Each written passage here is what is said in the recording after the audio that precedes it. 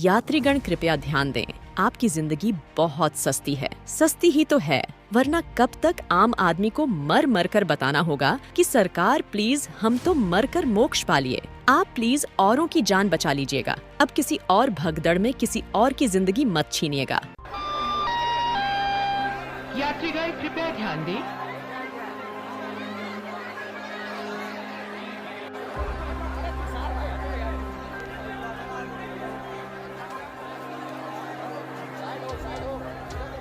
हाँ, सस्ती ही तो है, तभी तो पूरे देश में सबको पता है कि 50 करोड़ श्रद्धालुओं ने गंगा में डुबकी लगाई। और जो नहीं पता चल पाया वो ये कि जब कोई ट्रेन नहीं टकराई, जब कोई ट्रेन पटरी से नहीं उतरी, फिर 18 लोग रेलवे स्टेशन पर कैसे मर गए। रेलवे का बयान सुनिए तो ऐसा लगता है कि सारी गलती तो लोगों की है। रेलवे का कोई दोष नहीं। रेलवे के हिसाब से तो भगदड़ भी नहीं हुई थी, न प्लेटफॉर्म बदला गया था, न ट्रेन कैंसिल हुई थी, न अधिकारियों की गलती थी। गलती तो आम लोगों की थी। वो लोग जिन्हें कुंभ नहाकर मोक्ष पाने संगम जाना था, वो देश की राजधानी के सबसे वीआईपी स्टेशन पर सिस्टम और सरकार की लापरवाही के हाथों प्लेटफॉर्म पर ही मर गए। बड़ी हैरानी होगी ये बात जानकर। हैरानी होगी आपको ये जानकर कि प्रधानमंत्री आवास से नई दिल्ली रेलवे स्टेशन की दूरी महज 5 किलोमीटर है, समय केवल 20 मिनट। रेल भवन से नई दिल्ली रेलवे स्टेशन की दूरी केवल 4 किलोमीटर है, समय 15 मिनट। राष्ट्रपति भवन से नई दिल्ली रेलवे स्टेशन की दूरी 5.25 किलोमीटर है, समय लगता है केवल 20 मिनट। और जिस संसद में खड़े होकर अब तक रेल मंत्री ये दावे करते रहे कि दिव्या कुंभ के लिए भव्य इंतजाम रेलवे ने कर रखे हैं,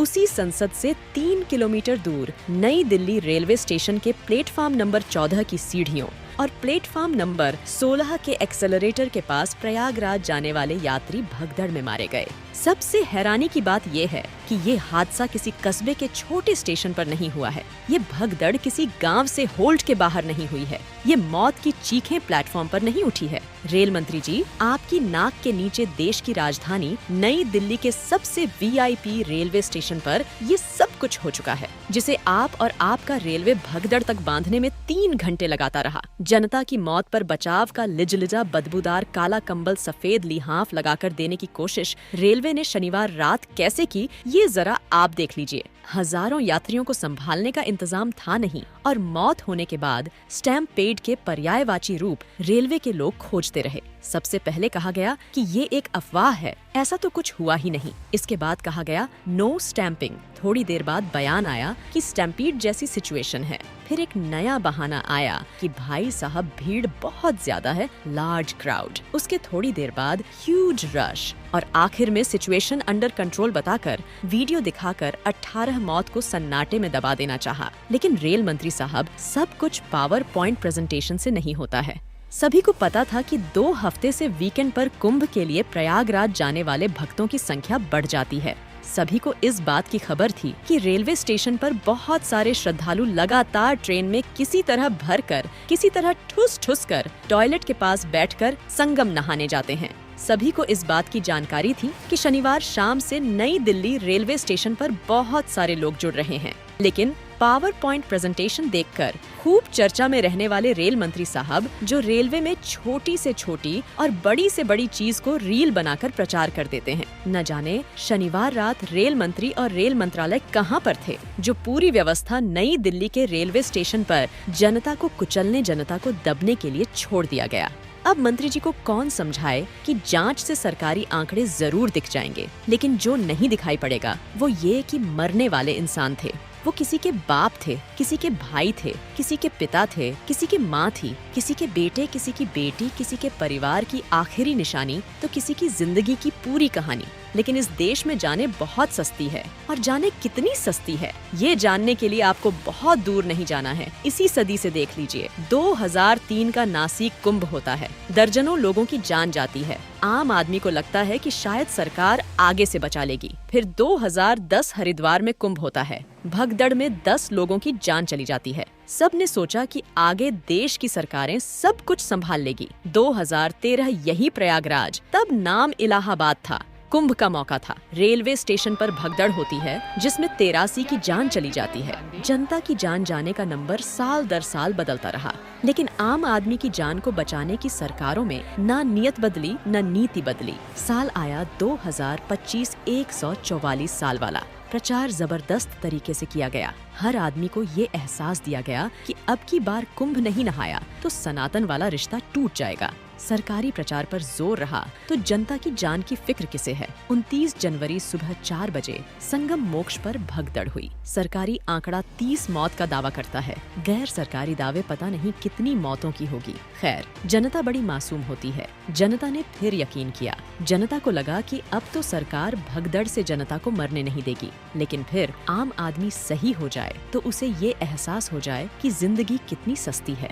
15 फरवरी शनिवार रात 8:30 बजे देश की राजधानी के नई दिल्ली रेलवे स्टेशन, रेलवे और रेल मंत्री की नाक के नीचे का स्टेशन, कुंभ जाने की ठसाठस भावना लिए कड़ी जनता और फिर भगदड़, फिर सांसें रुकने लगी, फिर बच्चे चीखने लगे, फिर माँ चिल्लाने लगी, फिर बेटियां तड़पने लगी। पुरुष संभल नहीं पा रहे थे, जो जहाँ थे वहीं दबने लगे और कुचले जाने लगे। कोई मुंह से सांस देने की कोशिश फिर से करने लगा, कोई दिल को दबाकर वापस धड़कन लाने में जुट गया और पीछे से आवाज आती रही, यात्रीगण कृपया ध्यान दें, कुंभ स्पेशल ट्रेन प्लेटफॉर्म नंबर इतने पर आने वाली है। इस बार का नंबर है 18। ये नंबर आम आदमी के मौत का है। सरकारी प्रचार करने वाले या सरकार से जुड़े लोग चाहे तो उसका भी प्रचार प्रसार करवा दें।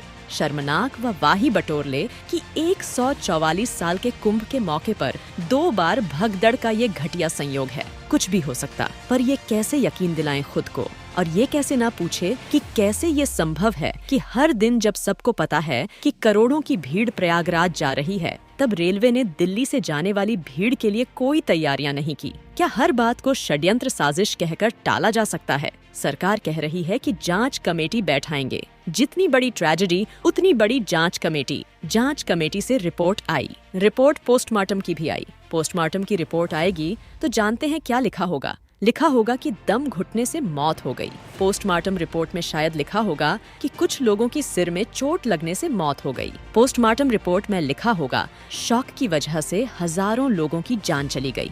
लेकिन क्या पोस्टमार्टम रिपोर्ट में यह कहीं भी लिखा होगा कि रेलवे के अधिकारियों के नकारेपन ने जनता की जान ले ली? नहीं लिखा होगा कि हजारों लोगों को संभालने के लिए जितने इंतजाम होने चाहिए थे वह नहीं थे। ये दावा है कि हर घंटे 1500 जनरल टिकट काटकर जनता को बस किसी तरह स्पेशल ट्रेन का प्रचार दिखाकर उसके टॉयलेट में बिठाकर भेजने का इंतजाम था। सीसीटीवी कैमरा था, लेकिन सीसीटीवी कैमरा क्या देख रहा था यह किसी को नहीं पता था। और क्या वाकई में इस बात पर यकीन कर लिया जाए कि रेलवे को अंदाजा नहीं था कि स्टेशन पर कितने लोग जुटे हैं? और अगर अंदाजा था तो जवाबदेही किसकी?